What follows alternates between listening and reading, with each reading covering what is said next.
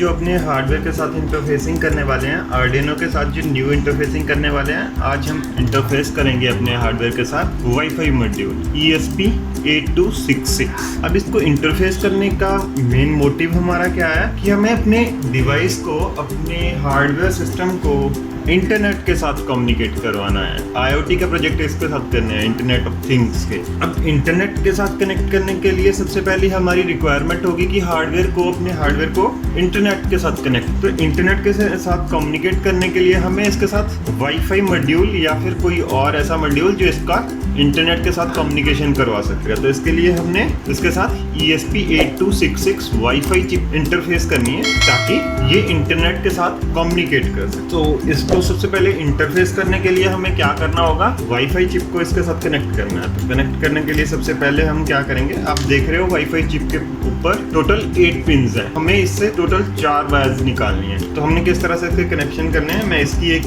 Image भी आपके साथ शेयर कर दूंगा ताकि आप उसको देख के कनेक्शन प्रॉपर्ली कर पाओ। तो सबसे पहले हमें इसको कनेक्ट करने के लिए यहाँ पे 4 पिन की फीमेल पिन्स इसके साथ कनेक्ट करनी है। हम डायरेक्ट भी इसको सोल्डर कर सकते हैं, लेकिन हम डायरेक्ट इसलिए नहीं करेंगे ताकि अगर कोई प्रॉब्लम वाईफाई मॉड्यूल में आती है, वाईफाई चिप में आती है, तो हमें उसे इजीली रिप्लेस करना हो तो हम उसको रिप्लेस कर सकते हो। इस तरह से हमने इसके ऊपर पिन्स लगा दी हैं, 8 पिन्स। अब हम एक PCB लेंगे, जर्नल PCB, और उसके ऊपर इनको इस तरह से लगा देंगे, प्लेस कर देंगे। प्लेस करने के बाद हम सारी पिन्स को सोल्डर कर लेंगे। सोल्डर करते टाइम ध्यान रखना है कि कोई भी पिन एक दूसरे के साथ शॉर्ट ना हो।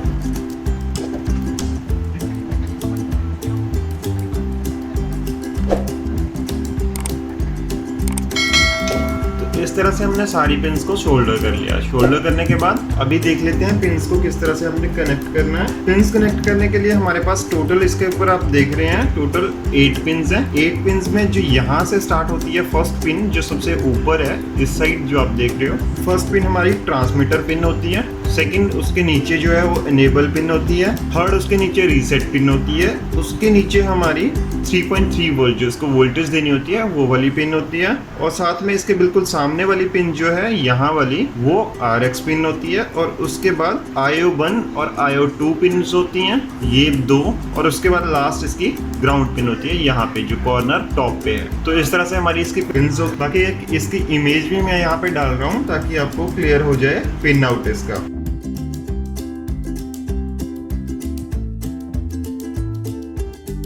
बाकी हम देखते हैं कि इसकी पिन्स को किस तरह से आर्डिनो के साथ इंटरफेस करना है। तो उसके लिए सबसे पहले हमें क्या करना होगा, 4 वायर्स लेनी होगी, क्योंकि हमें टोटल 4 वायर्स को कनेक्ट करना है हमारे आर्डिनो के साथ। 4 वायर्स कौन कौन सी होंगी, एक रिसीवर, एक ट्रांसमीटर, एक 3.3 वोल्ट और एक ग्राउंड। तो इस तरह से आपने वायर्स को टिन करना है। वायर्स को टिन करने के बाद अभी आपने क्या करना है, जैसा कि आप इमेज में भी देख रहे होंगे, आपने देखा इमेज में,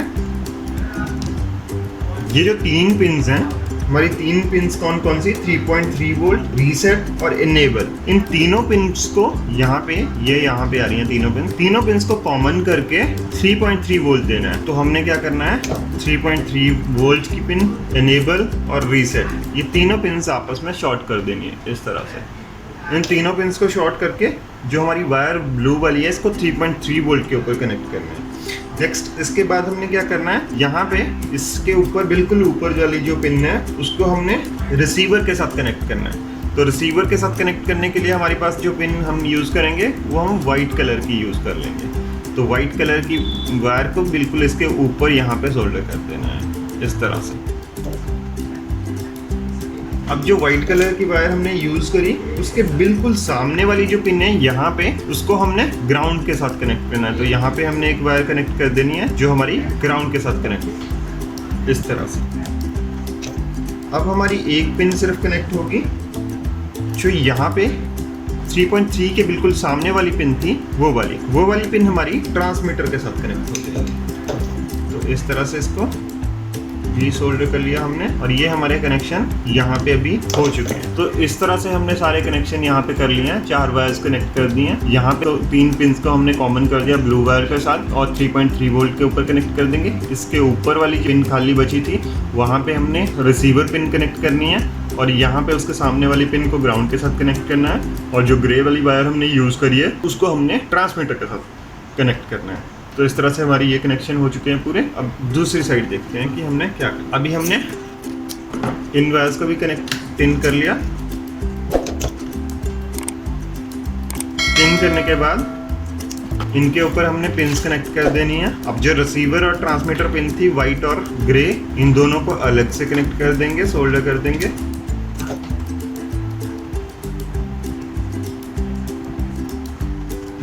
इस तरह से ग्रे वाली पिन हमारी ट्रांसमीटर पे चली जाएगी और वाइट वाली हमारी रिसीवर पिन पे चली जाएगी माइक्रो कंट्रोलर की।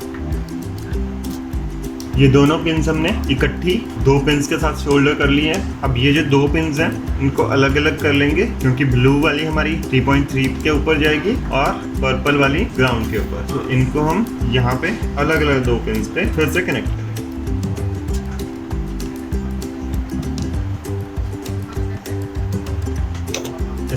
तो अभी हमने इनको क्या करना है, काट लेना है अलग अलग। सबसे पहले हमें ब्लू वायर को कनेक्ट करना है। तो ब्लू वायर को हमने कहाँ कनेक्ट करना है, 3.3। सबसे पहले हमारे पास ग्राउंड की पिन कनेक्ट हैं, फिर VCC 5 वोल्ट की, फिर उसके नेक्स्ट हमारे पास 3.3 वोल्ट की पिन होती है, उसको वहाँ पे कनेक्ट कर दिया। पर्पल वाली वायर को हमने ग्राउंड के ऊपर कनेक्ट कर दिया। ये 2 वायर्स हमारे पास बची थी, उनको रिसीवर और ट्रांसमीटर के ऊपर कनेक्ट करना था।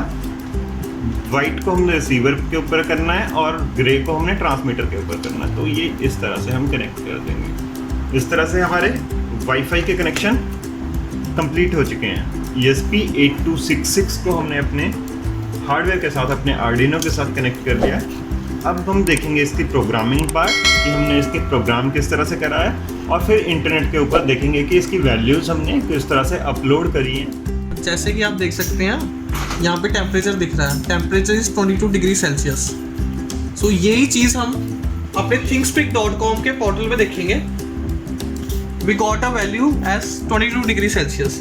अब टाइम देख सकते हो 6:10 का, 24 आवर फॉर्मेट दिख रहा है 6:10 का, 24 जुलाई 6:10। सो हम यहाँ पे टेम्परेचर इंक्रीज करके देख लेते हैं। Now you can see there is 23 degree Celsius, it becomes 26 degree Celsius. So अब आप थिंगस्पीक पे देख सकते हो ये 23 डिग्री सेल्सियस, फिर इंक्रीज हुई 23 डिग्री सेल्सियस, फिर हमारी 26 डिग्री सेल्सियस वैल्यू हुई। You can see here, time देख सकते हो आप।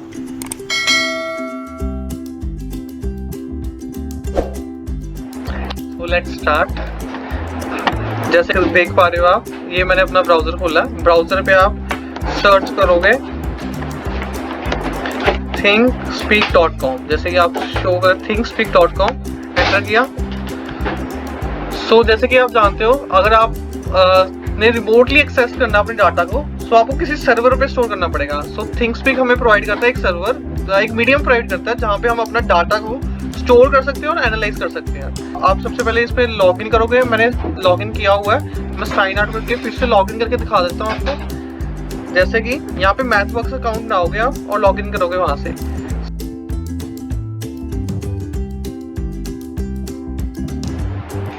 So now I have log in.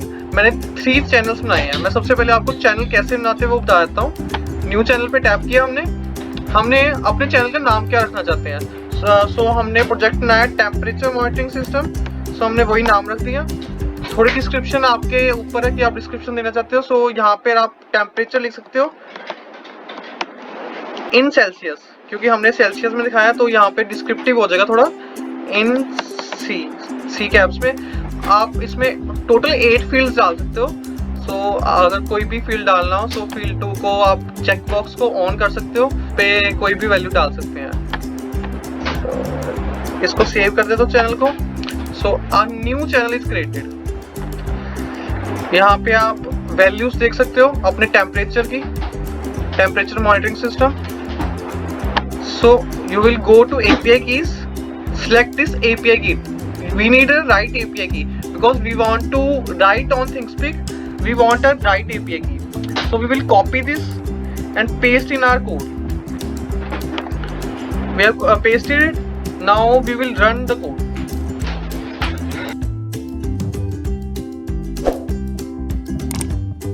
So this is our code.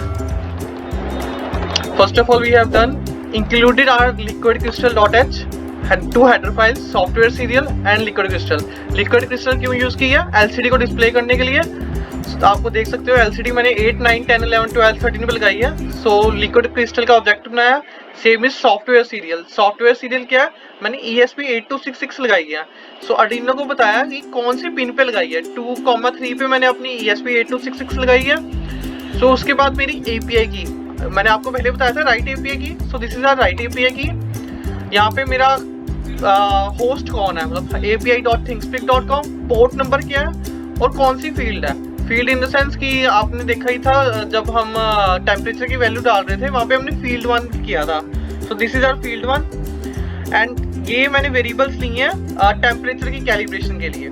Here we come in the setup part. You can see this is our setup part. So setup part में हमने क्या किया, सबसे पहले सीरियली बिगिन किया, WiFi module को begin किया 1,15,200 की बॉड रेट पे. उसके बाद मैंने पिन मोड सेट किया. मैंने अपना टेम्परेचर सेंसर A0 पे कनेक्ट किया. So I have named it as A0, that is input. उसके बाद मैंने अपनी LCD को बिगिन किया 16,2 पे, क्योंकि मेरी LCD 16x2 की है. सेट कर्सर किया. यहाँ पे मैंने अपना कैप्शन दिखा दिया, IoT बेस्ड टेम्परेचर मॉनिटरिंग. उसके बाद मैंने कमांड यूज किया इनिशियलाइज वाईफाई मॉड्यूल. ये हमने अपना फंक्शन बनाया जिसमें हम अपनी SSID और पासवर्ड बताते हैं जिससे वो वाईफाई को कनेक्ट हो जाती है. SSID for the time period हमने admin123 रखी है और पासवर्ड भी सेम रखा है admin123. उसके बाद हमने थोड़ा डिले दिया 3 सेकेंड्स का एंड LCD को क्लियर कर दिया. So here you can see the calibration of first of all we have received the value from the temperature sensor, then we have calibrated it, and here we got the temperature sensor's value, and you can see I am displaying the same value T here on LCD and sending the same value to the server. Send data. This is a function that I have made. I have given it the field and the value. मतलब कौन सी value send करनी है जो temperature की है और field कौन सी है. जैसे आप ऊपर हमने सेट किया था फील्ड 1. सो हमने फील्ड सेट कर दी. That's it. Thank you.